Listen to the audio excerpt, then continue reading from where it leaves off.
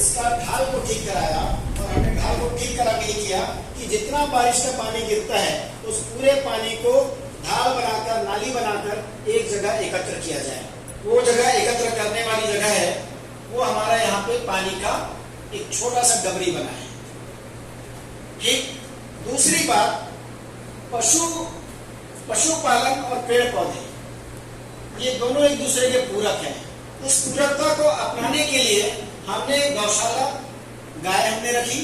कौन सी गाय? देशी नस्ल की गाय। वो गाय जो छत्तीसगढ़ के वातावरण के लिए अनुकूल है। तो गुजरात का वातावरण, खासकर गिर जंगल का, और छत्तीसगढ़ का एक जैसा है, तो वहाँ गिर नस्ल की हम गाय लेकर आए। अब गिर नस्ल की गाय का हम पालन करते हैं। लगभग 100 गौवंश है। इन देशी गायों का दूध, इनका गोबर, इनका गोमूत्र, ये पूरा का पूरा उपयोग में लाया जाता है। कैसे लाते हैं अपन? जो गाय का गोबर होता है उस गोबर को हम गोबर गैस में डालते हैं। एक बड़ा गोबर गैस प्लांट है, आप लोग देखेंगे। उस गोबर गैस प्लांट यहाँ पे बना है। इस गोबर गैस प्लांट से गोबर गैस जो निकलती है उससे खाना पकाने का काम करते हैं अपन, खाना पकाने के काम में आता है। और दूसरा, जो स्लरी निकलती है, जो गोबर गैस, जो गोबर को घोलने के बाद जो कच्चा गोबर है पक जाता है और घोल के रूप में प्राप्त होता है, वो स्लरी सबसे अच्छा पोषक तत्वों का घोल है, वो सबसे अच्छा खाद है। उस स्लरी को हम एक छोटी सी डबरी बना के रखे हैं, उस डबरी में इकट्ठा करते हैं, वो सीधे सीधे जाता है। और इस डबरी को गौशाला से हम जोड़ कर रखे हैं। इस गौशाला का जो भी गोबर, गोमूत्र, पानी है, गौशाला की धुलाई होती है, गोमूत्र जो भी गाय देती हैं, वो पूरा गोमूत्र यहाँ पर इसी डबरी में आके इकट्ठा हो जाता है। तो क्या हो रहा है?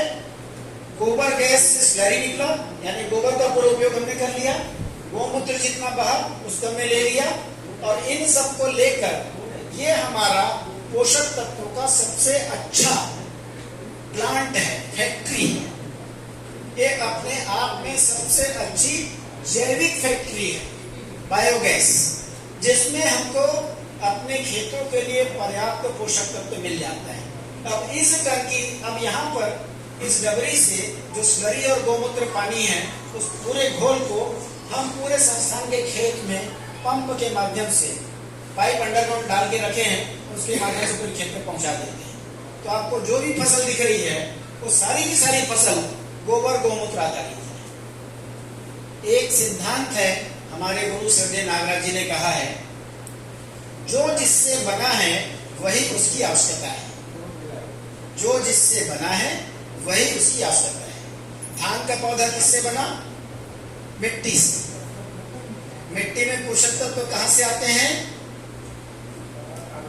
जो भी पेड़ पौधे हैं, ये जो पदार्थ, ये जो पेड़ पौधों की पत्तियां हैं, यही सड़ गलकर खेत में जाती हैं, मिट्टी में मिलती हैं, तो वही उसकी आवश्यकता है। जिनसे मिलकर धान का पौधा खड़ा हो रहा है, वो गाय का चारा, गाय ने चारा खाया, वो गोबर के रूप में मिला, उस गोबर को वापस हमें पहुंचा दिया, वापस हमें चारा लगाया, तो खेत में चारा लगा। इस चक्रीय व्यवस्था, कैसा चक्र बना?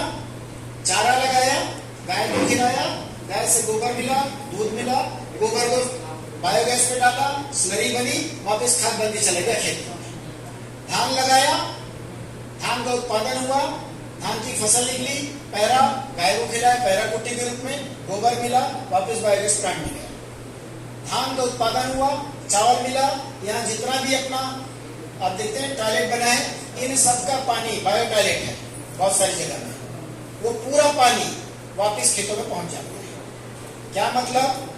ये चक्रीय व्यवस्था को पालन करना, संतुलन की विधि को पालन करना। अब कीड़े लगे, बीमारी लगी, हम कोई रासायनिक दवा नहीं डालते। क्यों नहीं डालते?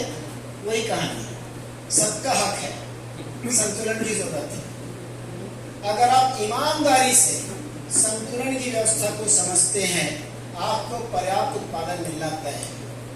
HMT धान लगाते हैं, अब सुन लो भैया, हर साल HMT धान लगता है, सुगंधित धान भी लगाया है। 1 एकड़ से 24 कुंटल धान का उत्पादन करते हैं, बिना किसी रासायनिक खाद के, बिना किसी रासायनिक दवा के हो जाता है। 1 एकड़ से 24 कुंटल धान, समझ रहे हैं? 24 क्विंटल धान का मतलब कितना होगा? बोरा में 60 बोरा धान। हो सकता है आप लोग का बिना रासायनिक खाद के? नहीं होगा भरोसा। होता है बिना रासायनिक खाद के? जी। कितने लोग लेते हैं बिना रासायनिक खाद की खेती? कर ही नहीं है कोई। एक आप अकेले की वो आधा एकड़ बता रहे थे। देखिए असली बात क्या उसको समझिएगा। हम क्या कर रहे हैं, इस वातावरण में पूरी व्यवस्था बनी है। हमने धरती की बहुत छोटी सी इकाई 17 एकड़ में, यहाँ पेड़ भी लगे हैं।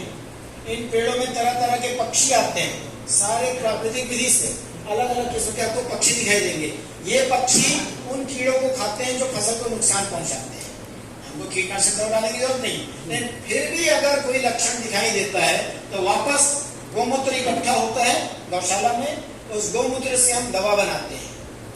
आपको हेमलाल भैया ने बताया होगा ना दवा बनाने का तरीका बताया। 5 से 10 तरह के औषधि पौधे, उनको पहचानने का तरीका बहुत आसान है। उनको पहचानने का तरीका बहुत आसान है कि जो भी पत्ती आपके खेत में, अगर आपको कोई पौधे पहचानते हैं और कीड़ा लगा धान में, लेकिन उसमें कीड़ा नहीं लगा, मान लो फुड़हर समझते हैं, आँख, अकहुआ, जो शंकर जी में फूल चढ़ाते हैं, क्या बोलते हैं उसको? मदार समझते हैं ना? सफेद और बैगनी रंग का फूल आता है उसमें। तो उसकी पत्ती को हम गौमूत्र में सड़ाते हैं। 1 लीटर गौमूत्र में 1 किलो पत्ती। ऐसे ही हम देखते हैं सीताफल में कीड़ा नहीं लगता तो सीताफल की पत्ती, ऐसी नीम की पत्ती, ऐसे ही काली तुलसी, दौना। तो हमारे पास यहीं के वातावरण में कुछ पौधे हैं, हमने उनको पहचाना है। उन पत्तियों को गौमूत्र में सड़ाते हैं और दवा बन जाती है। उस दवा को हर 10 दिन के अंतर पे हम छिड़काव करते रहते हैं। तो हमको रासायनिक दवा की कोई जरूरत नहीं। दवा स्वायत्तता हो गया, खाद स्वायत्तता हो गया, हमारा बीज है, बीज स्वायत्तता हो गया। जल संग्रहण के लिए हम टैंक भी बना के रखे हैं, सोलर पंप भी चलता है, तो वाटर रिचार्ज होता है। एक कुआं आपने देखा होगा किचन के सामने में, एक गोल सा, वो पानी को रिचार्ज करता है।